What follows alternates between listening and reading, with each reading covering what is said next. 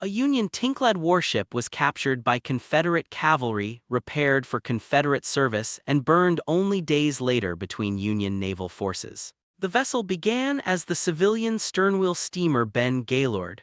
The Navy bought and renamed it Undine in 1864, then added light iron plating and 8 24-pounder Dahlgren howitzers. Near Paris landing on October 30, Confederate fire struck Undine for nearly an hour. Shots put out her boiler fires and damaged the exhaust system, leaving the steamer unable to operate normally. After the crew abandoned the damaged vessel, Confederate troops crossed the Tennessee River on rafts and repaired it.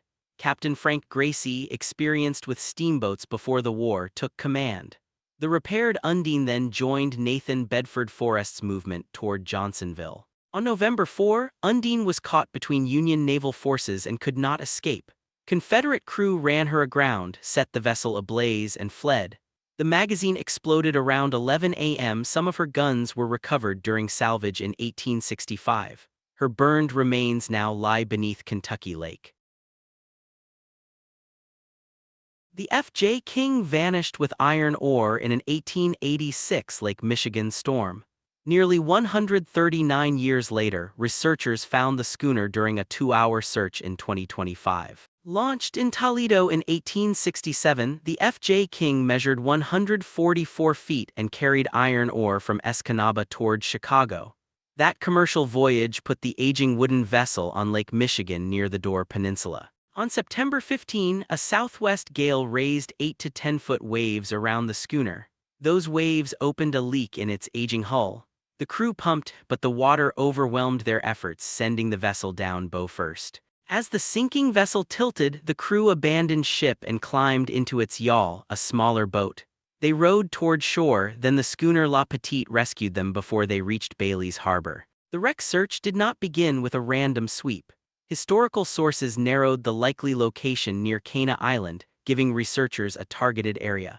On June 28, 2025, the Wisconsin Underwater Archaeology Association found the mostly intact hull in 137 feet of water. Dulles Terminal attracted tourists even when relatively few travelers used it for flights, turning an airport building into an architectural destination. Visitors came to see the terminal, not simply catch a plane. Eero Saarinen designed Dulles' original main terminal, completed and dedicated in 1962 for America's emerging jet age. Its original form stretched 600 feet long and 150 feet wide. The building was meant to express the new possibilities of jet travel. Its roof panels hung from cables spanning the building, forming a concave canopy between parallel concrete colonnades. Mobile lounges then carried passengers directly from the terminal to aircraft. The suspended structure created an open upper level without roof-supporting columns. But Dulles initially saw lower than expected usage, partly because reaching and using the airport was inconvenient. As demand grew, officials began planning expansions and added capacity. At first, some terminal businesses struggled because passenger traffic remained thin. The building's visual impact outlasted its slow start. In 1988, it won the American Institute of Architects' 25-year award, recognizing its enduring architectural importance. In 1930, professional trickshot player Charles C. Peterson took billiards into a moving airplane 4,000 feet above the ground. He scored 100 points in 28.5 seconds, slower than his land record but during a completed official flight. Peterson already owned a St. Louis billiards hall and was known nationally for demonstrations built around trick shots. His role was promotion. He carried the game beyond ordinary parlors and into public spectacles before this airborne experiment. On August 16, the Curtiss T-32 Condor II flew with Captain Frank Courtney at 100 miles per hour.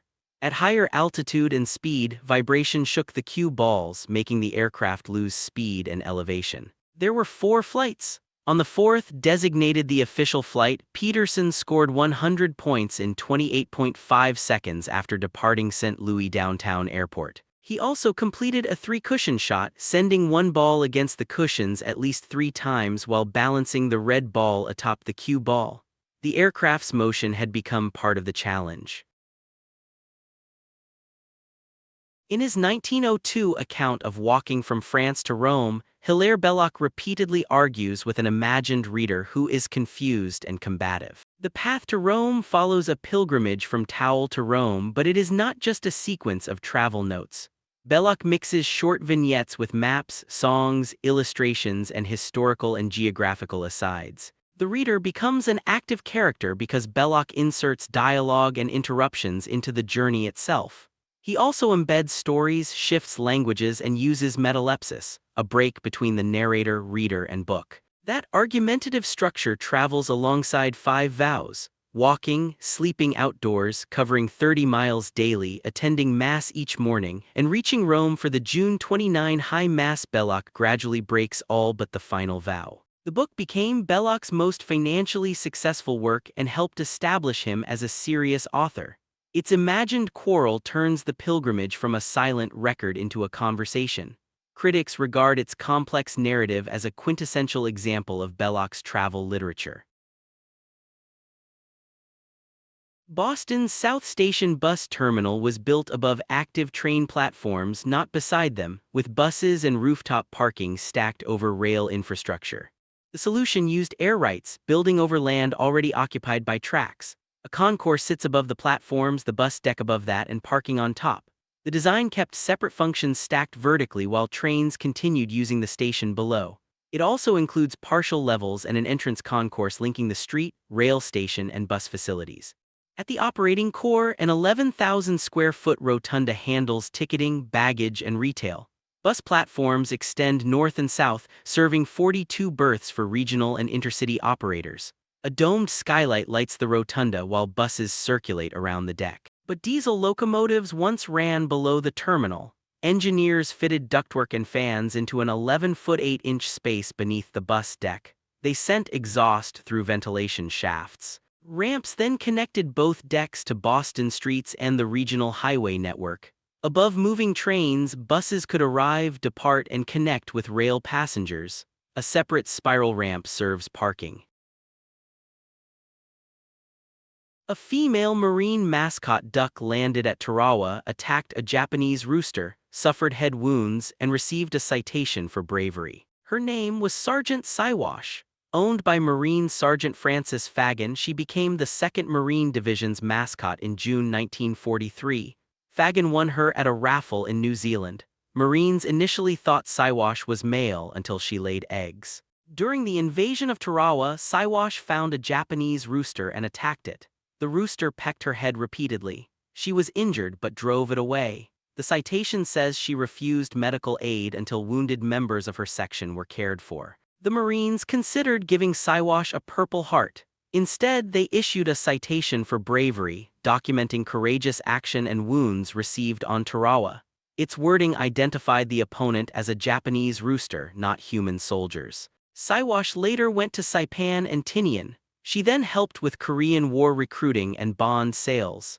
After her death, her preserved body was presented to the National Museum of the Marine Corps. In 1955, New York restaurateur P.J. Moriarty put a fake fire hydrant outside his restaurant to stop unwanted parking. He later got the charges dismissed by blaming leprechauns. Moriarty had opened his first New York restaurant in 1948 and later ran several locations. At 6th Avenue, vehicles could block the entrance. Preventing blockage mattered to the business. A patrolman noticed something unusual after ticketing a car beside the hydrant. The object had disappeared.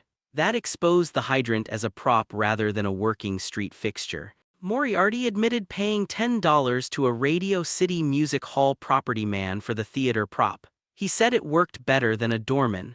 Moriarty initially feigned ignorance, then acknowledged the purchase himself. Moriarty then persuaded the chief magistrate to dismiss the ensuing charges after explaining that the leprechauns had done it.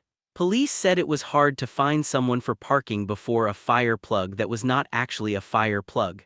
The fake hydrant became a national story.